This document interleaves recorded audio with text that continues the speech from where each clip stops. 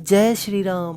प्रिय मित्रों, हमारे इस चैनल पर आपका स्वागत है। आज का हमारा ये विषय कर्म और उनके फल पर आधारित है। यहाँ हम इस वीडियो का प्रथम पार्ट प्रस्तुत कर रहे हैं। कर्म का सिद्धांत अकाट्य है। जो जैसा करता है वैसा ही फल पाता है, चाहे राजा हो या रंक, सेठ हो या नौकर। अरे स्वयं भगवान भी अवतार लेकर क्यों न आए, कर्म का अकाट्य सिद्धांत उनको भी स्वीकार करना पड़ता है।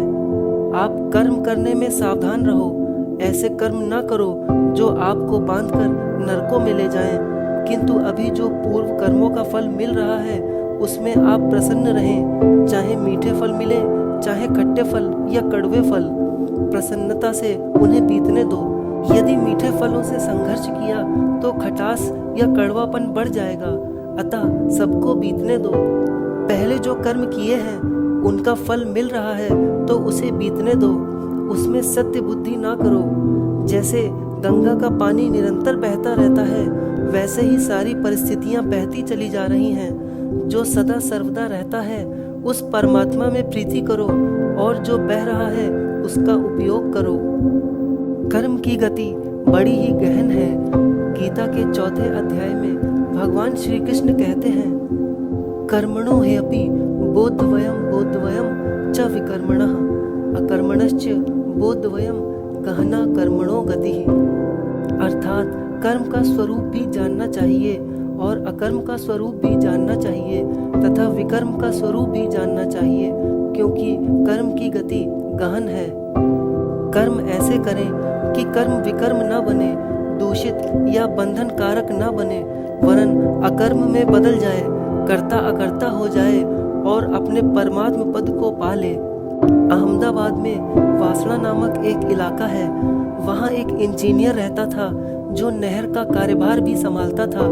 वही आदेश देता था कि किस क्षेत्र में पानी देना है। एक बार एक किसान ने एक लिफाफे में 100 रुपए की 10 नोटें देते हुए कहा, साहब कुछ भी हो पर फलाने व्यक्ति को पानी ना मिले, मेरा इतना काम आप कर दीजिए। साहब ने सोचा, हजारों रुपए मेरे भाग्य में आने वाले हैं, इसीलिए यह दे रहा है, किंतु गलत ढंग से रुपए लेकर मैं क्यों कर्म बंधन में पड़ूं। 1000 रुपए आने वाले होंगे तो कैसे भी करके आ जाएंगे। मैं गलत कर्म करके 1000 रुपए क्यों लूं। मेरे अच्छे कर्मों से अपने आप रुपए आ जाएंगे। अतः उसने 1000 रुपए उस किसान को लौटा दिए। कुछ महीनों के बाद इंजीनियर एक बार मुंबई से लौट रहा था। मुंबई से एक व्यापारी का लड़का भी साथ बैठा था। वह लड़का सूरत आकर जल्दबाजी में उतर गया और अपनी अटैची गाड़ी में ही भूल गया। वह इंजीनियर समझ गया कि अटैची उसी लड़के की है। अहमदाबाद रेलवे स्टेशन पर गाड़ी रुकी। अटैची लावारिस पड़ी थी। उस इंजीनियर ने अटैची उठा ली और घर ले जाकर खोली। उसमें से पता और टेलीफोन नंबर लिया। इधर सूरत में व्यापारी का लड़का बड़ा परेशान हो रहा था कि हीरे के व्यापारी के इतने रुपए थे, इतने लाख का कच्चा माल भी था, किसको बताएं। बताएंगे तब भी मुसीबत होगी।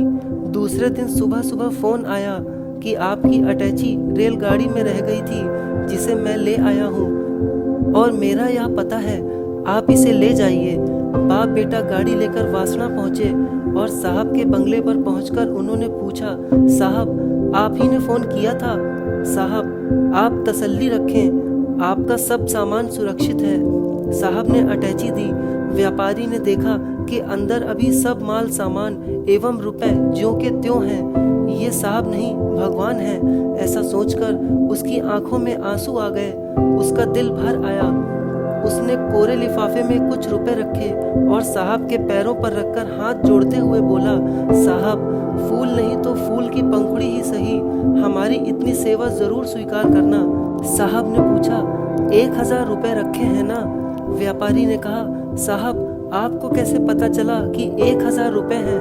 साहब ने कहा, 1000 रुपए मुझे मिल रहे थे बुरा कर्म करने के लिए, किंतु मैंने वह बुरा कार्य यह सोचकर नहीं किया कि यदि 1000 रुपए मेरे भाग्य में होंगे तो कैसे भी करके आएंगे।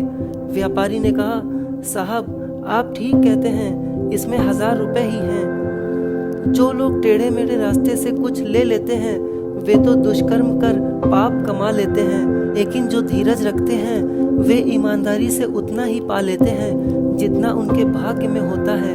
एक अन्य सत्य घटना इस प्रकार है जो एक जाने माने साधु ने एक महात्मा को सुनाई थी। यहाँ गया जी में एक बड़े अच्छे जाने माने पंडित रहते थे। एक बार नेपाल नरेश साधारण गरीब मारवाड़ी जैसे कपड़े पहनकर पंडितों के पीछे भटका कि मेरे दादाजी का पिंडदान करवा दो। मेरे पास पैसे बिल्कुल नहीं हैं, हाँ थोड़े से लड्डू लाया हूँ, वही दक्षिणा में दे सकूँगा। जो लोभी पंडित थे उन्होंने तो इनकार कर दिया, लेकिन वहाँ का जो जाना माना पंडित था उसने कहा, भाई पैसे की तो कोई बात नहीं है, मैं पिंडदान करवा देता हूँ। फटे चीथड़े कपड़े पहने गरीब मारवाड़ी के वेश में छुपे हुए नेपाल नरेश के दादाजी का पिंडदान उन पंडित जी ने करवा दिया। पिंडदान संपन्न होने के बाद नरेश ने कहा, पंडित जी पिंडदान करवाने के बाद कुछ न कुछ दक्षिणा तो देनी चाहिए। मैं कुछ लड्डू लाया हूँ, मैं चला जाऊँ, उसके बाद यह गठरी आप ही खोलेंगे, इतना वचन दे दीजिए। अच्छा भाई तू गरीब है, तेरे लड्डू मैं खा लूँगा, वचन देता हूँ कि गठरी भी मैं ही खोलूँगा। नेपाल नरेश चला गया। पंडित ने गठरी खोली तो उसमें 1-1 किलो के सोने के 19 लड्डू निकले। वे पंडित अपने जीवन काल में बड़े बड़े धर्म कार्य करते रहे, लेकिन सोने के वे लड्डू खर्च में आए ही नहीं। जो अच्छा कार्य करता है उसके पास अच्छे काम के लिए कहीं न कहीं से धन वस्तुएं अनायास आ ही जाती हैं। अतः 19 किलो के सोने के लड्डू ऐसे ही पड़े रहे। आप भी जब कर्म करें तो अकर्ता होकर करें, ना कि कर्ता होकर। कर्ता भाव से किया गया कर्म बंधन में डाल देता है एवं उसका फल भोगना ही पड़ता है। राजस्थान के ढोगरा गांव, तहसील सुजानगढ़, जिला चूरू की घटना है। एक बकरे को देखकर ठाकुराइन के मुंह में पानी आ गया। वह अपने पति से बोली, देखो जी यह बकरा कितना हृष्ट पुष्ट है। बकरा पहुंच गया ठाकुर किशन सिंह के घर और हलाल होकर उनके पेट में भी पहुंच गया। 12 महीने के बाद ठाकुर किशन सिंह के घर बेटे का जन्म हुआ। बेटे का नाम बाल सिंह रखा गया। वह 13 साल का हुआ तो उसकी मंगनी हो गई एवं 14वां पूरा होते होते शादी की तैयारी भी हो गई। शादी के वक्त ब्राह्मण ने गणेश पूजन के लिए उसको बिठाया, किंतु यह क्या, ब्राह्मण विधि शुरू करे उसके पहले ही लड़के ने पैर पसारे और लेट गया। ब्राह्मण ने पूछा, क्या हुआ क्या हुआ? कोई जवाब नहीं आया। माँ रोई, बाप रोया, सारे बाराती इकट्ठे हो गए। पूछने लगे कि क्या हुआ? लड़के ने कहा, कुछ नहीं हुआ है, अब तुम्हारा मेरा लेखा जोखा पूरा हो गया है। पिता ने कहा, वह कैसे बेटा? लड़का बोला, बकरियों को गर्भाधान कराने के लिए उदरासर के चारण कुंवरदान ने जो बकरा छोड़ रखा था उसको तुम ठकुराइन के कहने पर उठा लाए थे। वही बकरा तुम्हारे पेट में पहुंचा और समय पाकर तुम्हारा बेटा होकर पैदा हुआ। वह बेटा लेना देना पूरा कर अब जा रहा है। राम राम। बकरे की काया से आया हुआ पाल सिंह तो रवाना हो गया, किंतु किशन सिंह सिर कूटते रह गए। तुलसीदास जी कहते हैं, कर्म प्रधान विश्व करी राखा, जो जस करई सो तस फल चाखा। तो हम कर्म कैसे करें ये बताते हुए श्री कृष्ण अर्जुन से गीता में कहते हैं, तू निरंतर आसक्ति से रहित होकर सदा कर्तव्य कर्म को भलीभांति करता रहे, क्योंकि आसक्ति से रहित होकर कर्म करता हुआ मनुष्य परमात्मा को प्राप्त हो जाता है। गीता में परमात्मा प्राप्ति के 3 मार्ग बताए गए हैं, ज्ञान मार्ग, भक्ति मार्ग और निष्काम कर्म मार्ग। शास्त्रों में मुख्यतः 2 प्रकार के कर्मों का वर्णन किया गया है, विहित कर्म और निषिद्ध कर्म। जिन कर्मों को करने के लिए शास्त्रों में उपदेश किया गया है उन्हें विहित कर्म कहते हैं, और जिन कर्म को करने के लिए शास्त्रों में मनाही की गई है उन्हें निषिद्ध कर्म कहते हैं। किए हुए शुभ या अशुभ कर्म कई जन्मों तक मनुष्य का पीछा नहीं छोड़ते। पूर्व जन्मों के कर्मों के जैसे संस्कार होते हैं वैसा फल भोगना पड़ता है। कर्मों की गति बड़ी ही गहन होती है। कर्मों की स्वतंत्र सत्ता नहीं है, वे तो जड़ हैं, उन्हें पता नहीं है कि वे कर्म हैं, वे वृत्ति से प्राप्त होते हैं। यदि विहित संस्कार होते हैं तो पुण्य प्रतीत होता है और निषिद्ध संस्कार होते हैं तो पाप प्रतीत होता है। सुबह जल्दी उठकर थोड़ी देर के लिए परमात्मा के ध्यान में शांत हो जाना और सूर्योदय से पहले स्नान करना, संध्या वंदन इत्यादि करना, ये कर्म स्वास्थ्य की दृष्टि से भी अच्छे हैं और सात्विक होने के कारण पुण्यमय भी हैं। परंतु किसी के मन में विपरीत संस्कार पड़े हैं तो वह सोचेगा, इतनी सुबह उठकर स्नान करके क्या करूँगा। ऐसे लोग सूर्योदय के पश्चात उठते हैं। उठते ही सबसे पहले बिस्तर पर चाय की मांग करते हैं और बिना स्नान किए ही नाश्ता कर लेते हैं। शास्त्रानुसार यह निषिद्ध कर्म है। ऐसे लोग वर्तमान में भले ही अपने को सुखी मान लें, परंतु आगे चलकर शरीर अधिक रोग शोकग्रस्त होगा। यदि सावधान नहीं रहे तो तमस के कारण नारकीय योनियों में जाना पड़ेगा। विहित कर्म से धर्म उत्पन्न होगा, धर्म से वैराग्य उत्पन्न होगा। पहले जो रागाकार वृत्ति आपको इधर उधर भटका रही थी वह शांत स्वरूप में आएगी तो योग हो जाएगा। योग में वृत्ति एकदम सूक्ष्म हो जाएगी तो ऋतंबरा प्रज्ञा बन जाएगी। भगवान श्री कृष्ण कहते हैं, जो मेरे शरण होकर जरा और मरण से छूटने के लिए यत्न करते हैं वे पुरुष उस ब्रह्म को, संपूर्ण आध्यात्म को, संपूर्ण कर्म को जानते हैं। जो जिस विधि से जैसा जैसा कार्य करता है उसे वैसा वैसा फल मिलता है। किसी दुष्ट ने आपको चाकू दिखा दिया तो आप थाने में उसके खिलाफ शिकायत करते हैं। कोई आपको केवल मारने की धमकी देता है तब भी आप उसके विरुद्ध शिकायत करते हैं। लेकिन डॉक्टर न कोई आपको धमकी देता है न चाकू दिखाता है, बल्कि चाकू से आपके शरीर की काट छांट करता है, फिर भी आप उसे फीस देते हैं। क्यों? क्योंकि उसका उद्देश्य अच्छा था। उद्देश्य था मरीज को ठीक करना, ना कि बदला लेना। ऐसे ही आप भी अपने कर्मों का उद्देश्य बदल दो। आप भोजन बनाओ, लेकिन मजा लेने के लिए नहीं, बल्कि ठाकुर जी को प्रसन्न करने के लिए बनाओ। परिवार के लिए, पति के लिए, बच्चों के लिए भोजन बनाओगी तो वह आपका व्यावहारिक कर्तव्य हो जाएगा।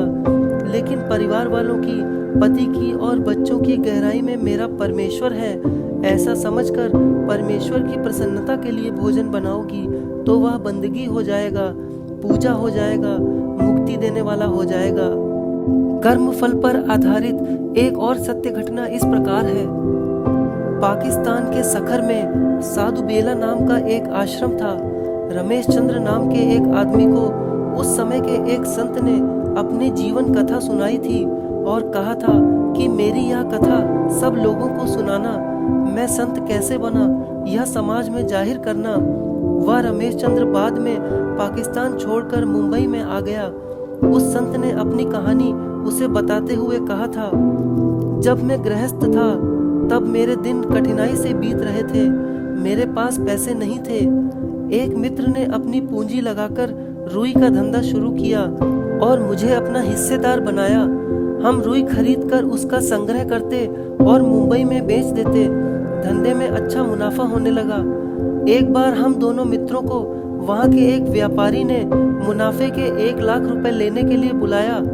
रुपए लेकर हम वापस आ रहे थे। रास्ते में एक सराय में रात्रि गुजारने के लिए हम रुके। आज से 60-70 वर्ष पहले की बात है। उस समय का 1 लाख, जिस समय सोना 60-70 रुपए तोला था। मैंने सोचा 1 लाख में से 50,000 तो मित्र ले जाएगा। हालांकि धंधे में सारी पूंजी उसी ने लगाई थी, फिर भी मुझे मित्र के नाते आधा हिस्सा दे रहा था। तो भी मेरी नीयत बिगड़ गई। मैंने उसे दूध में जहर मिलाकर पिला दिया। लाश को ठिकाने लगाकर अपने गांव चला गया। मित्र के कुटुंबी मेरे पास आए, तब मैंने नाटक किया, आंसू बहाए और उनको 10,000 रुपए देते हुए कहा, मेरा प्यारा मित्र रास्ते में बीमार हो गया। एकाएक पेट दुखने लगा। काफी इलाज किए, लेकिन वह हम सबको छोड़कर विदा हो गया। 10,000 रुपए देकर उन्हें लगा कि यह बड़ा ईमानदार है। 20,000 मुनाफा हुआ होगा, उसमें से 10,000 दे रहा है। उन्हें मेरी बात पर यकीन आ गया। बाद में तो मेरे घर में धन वैभव हो गया। 90,000 मेरे हिस्से में आ गए थे। मैं जलसा करने लगा। मेरे घर पुत्र का जन्म हुआ। मेरे आनंद का ठिकाना न रहा। बेटा कुछ बड़ा हुआ कि वह किसी असाध्य रोग से ग्रस्त हो गया। रोग ऐसा था कि उसे स्वस्थ करने में भारत के किसी डॉक्टर का बस न चला। मैं अपने लाडले को स्विट्जरलैंड ले गया। काफी इलाज करवाए, पानी की तरह पैसा खर्च किया, बड़े बड़े डॉक्टरों को दिखाया, लेकिन कोई लाभ नहीं हुआ। मेरा करीब करीब सारा धन नष्ट हो गया और धन कमाया वह भी खर्च हो गया। आखिर निराश होकर बच्चे को भारत में वापस ले आया। मेरा इकलौता बेटा, अब कोई उपाय नहीं बचा था। डॉक्टर, वैद्य, हकीमों से इलाज चालू रखे। रात्रि को मुझे नींद नहीं आती और बेटा दर्द से चिल्लाता रहता। एक दिन बेटा मूर्छित सा पड़ा था। उसे देखते देखते मैं बहुत व्याकुल हो गया और विहल होकर उससे पूछा, बेटा तू क्यों दिनों दिन क्षीण होता चला जा रहा है? अब तेरे लिए मैं क्या करूं? मेरे लाडले, तेरा यह बाप आंसू बहाता है, अब तो अच्छा हो जा पुत्र। मैंने नाभि से आवाज देकर बेटे को पुकारा तो वह हंसने लगा। मुझे आश्चर्य हुआ कि अभी तो बेहोश था, फिर कैसे हंसी आई। मैंने उससे पूछा, बेटा एकाएक कैसे हंस रहा है? जाने दो। नहीं नहीं, बता क्यों हंस रहा है? आग्रह करने पर आखिर वह कहने लगा, अभी लेना बाकी है, इसलिए मैं हंस रहा हूँ। मैं तुम्हारा वही मित्र हूँ जिसे तुमने जहर देकर मुंबई की धर्मशाला में खत्म कर दिया था और उसका सारा धन हड़प लिया था। मेरा वह धन और उसका सूद मैं वसूल करने आया हूँ। काफी कुछ हिसाब पूरा हो गया है, केवल 500 रुपए बाकी हैं। अब मैं आपको छुट्टी देता हूँ, आप भी मुझे इजाजत दो। ये बाकी के 500 रुपए मेरी उत्तर क्रिया में खर्च कर डालना, हिसाब पूरा हो जाएगा। मैं जाता हूँ, राम राम। और बेटे ने आंखें मूंद ली। उसी क्षण वह चल बसा। मेरे दोनों गालों पर थप्पड़ पड़ चुका था। सारा धन नष्ट हो गया और बेटा भी चला गया। मुझे अपने किए हुए पाप की याद आई तो कलेजा छटपटाने लगा। जब कोई हमारे कर्म नहीं देखता, तब भी देखने वाला मौजूद है। यहाँ की सरकार अपराधी को शायद नहीं पकड़ेगी, तो भी ऊपर वाली सरकार तो है ही, उसकी नजरों से कोई नहीं बच सकता। मैंने बेटे की उत्तर क्रिया करवाई, अपनी बची खुची संपत्ति अच्छी अच्छी जगहों में लगा दी और मैं साधु बन गया। आप कृपा करके मेरी यह बात लोगों को कहना। मैंने जो भूल की है, ऐसी भूल वे न करें, क्योंकि यह पृथ्वी कर्म भूमि है। कर्म प्रधान विश्व करी राखा, जो जस करई सो तस फलु चाखा। कर्म का सिद्धांत अकाट्य है। जैसे कांटे से कांटा निकलता है, ऐसे ही अच्छे कर्मों से बुरे कर्मों का प्रायश्चित होता है। प्रारब्ध 3 प्रकार के होते हैं, मंद प्रारब्ध, तीव्र प्रारब्ध और तर तीव्र प्रारब्ध। मंद प्रारब्ध को तो आप वैदिक पुरुषार्थ से बदल सकते हैं। तीव्र प्रारब्ध आपके पुरुषार्थ एवं संतों महापुरुषों की कृपा से टल सकता है, लेकिन तर तीव्र प्रारब्ध में जो होता है वह होकर ही रहता है। कर्म करने के बाद फिर पश्चाताप करने से कुछ लाभ नहीं होता। इस पर आधारित एक सत्य घटना सुनते हैं। सन 1947 से पहले की बात है। पिलखुआ गांव, जिला गाजियाबाद में दलवीर खां नामक एक मुसलमान बढ़ई ने 100 रुपए में किसी राजपूत से एक हरा पीपल का वृक्ष खरीदा। इस सौदे में इसाक खां नामक दूसरा बढ़ई हिस्सेदार था। दोनों ने सोचा कि इसे काट बेचकर जो धन आएगा उसे बराबर भागों में दोनों बांट लेंगे। वृक्ष में जान होती है, कभी किसी कारण से ऊंची आत्माओं को वृक्ष की योनि में आना पड़ता है। वे आत्माएं समझदार और कार्यशील होती हैं। भगवान श्री कृष्ण ने कहा है, मैं सब वृक्षों में पीपल का वृक्ष हूँ। पीपल की जीवात्मा दलबीर खां के स्वप्न में आई। पीपल कह रहा था, तुम मुझे काटने वाले हो, मेरी मृत्यु हो जाएगी। तुमने मुझे 100 रुपए में खरीदा है और जो भी मुनाफा होगा वह सब मैं तुम्हें लौटा देता हूँ। मेरी जड़ में एक जगह तुम खोदोगे तो तुमको सोने की शलाका मिलेगी। उसे बेचकर तुम्हें जो मुनाफा होगा उससे तुम्हारा सारा खर्च निकल जाएगा। इसलिए कृपा करके मुझे कल काटना मत, मुझे प्राणों का दान देना। दलवीर खां को इस स्वप्न पर यकीन नहीं हुआ, फिर भी उसने उस बात को आजमाने के लिए स्वप्न में जहां खोदने के लिए संकेत मिला था वहां खोदा तो सचमुच सोने की शलाका निकल आई। वह अपनी अपार खुशी को गुप्त न रख सका और बीवी को जाकर बता दिया। बीवी भी आश्चर्यचकित हो उठी। दलवीर खां ने सोचा कि यह बात यदि अपने मित्र को बता दूंगा तो सोने की शलाका के आधे भाग की वह मांग करने लगेगा। वह मानवता से च्युत हो गया और आधा हिस्सा बचाने के लोभ में शलाका प्राप्त की घटना को छुपाए ही रहा। जब ईसाक खां उसके पास आया तब उसके साथ वह पीपल काटने के लिए चल पड़ा। दलवीर खां ने मानवता को दूर रख दिया। निस्वार्थता, लोभ रहितता व निष्कामता मनुष्य से हटकर दानव जैसी दुखदायी योनियों में भटकाते हैं। जहाँ स्वार्थ है वहाँ आदमी असुर हो जाता है, और जहाँ निष्कामता है वहाँ उसमें सुरत्व जाग उठता है। मनुष्य ऐसा प्राणी है जो चाहे तो सुर हो जाए, चाहे तो असुर हो जाए, और चाहे तो सुर असुर दोनों जिससे सिद्ध होते हैं उस सिद्ध स्वरूप को पाकर जीवन मुक्त हो जाए। यह मनुष्य के हाथ की बात है। वह अपने ही कर्मों से भगवान की पूजा कर सकता है और अपने ही कर्मों से कुदरत का कोप भाजन भी बन सकता है।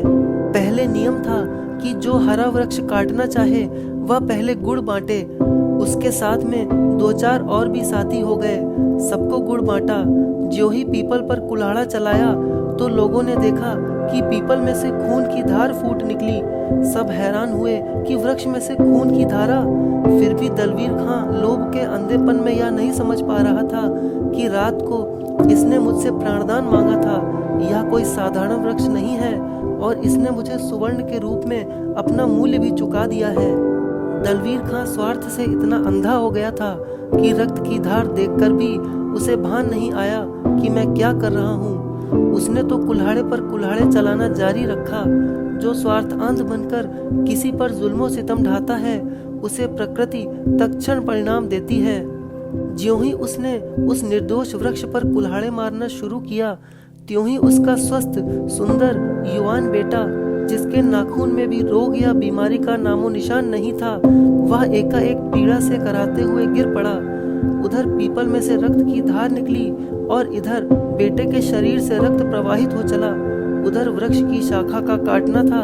इतने में दलवीर खां की आंखों के तारे उसके बेटे का अंत हो गया। शाम को जब दलवीर खां घर आया तब घर पर गांव के समस्त लोगों को इकट्ठे शोकमग्न देखा। दलवीर खां को देखकर उसकी पत्नी चिल्ला उठी, बेटा तेरा हत्यारा तो स्वयं तेरा या बाप है। उसने सारा भांडा फोड़ते हुए कह दिया, रात को पीपल का संकेत मिला था, सोने की शलाका भी मिली थी और स्वार्थ में पड़कर शलाका तो ले ली। जो 100 रुपए खरीदने में लगाए थे और जो मुनाफा होने वाला था स्वर्ण शलाका से, इसे उससे भी अधिक द्रव्य मिल गया था। फिर भी इसने पीपल के साथ अन्याय किया। कुदरत ने उसी अन्याय का बदला चुकाया है। ज्यों ही पीपल को काटा त्यों ही मेरे बेटे के बदन से खून की धार निकल चली। हे स्वार्थ में अंधे हुए मेरे पति, तुमने ही अपने बेटे का खून किया है। और वह फूट फूट कर रुदन करने लगी। प्रायः स्वार्थ में अंधा होकर आदमी कुकर्म कर बैठता है और जब उसको उसका फल मिलता है तब वह पछताता है, मगर बाद में पश्चाताप से क्या लाभ। प्रिय मित्रों, हमारे इस वीडियो का ये पहला पार्ट था। इसका अगला पार्ट भी अवश्य देखें।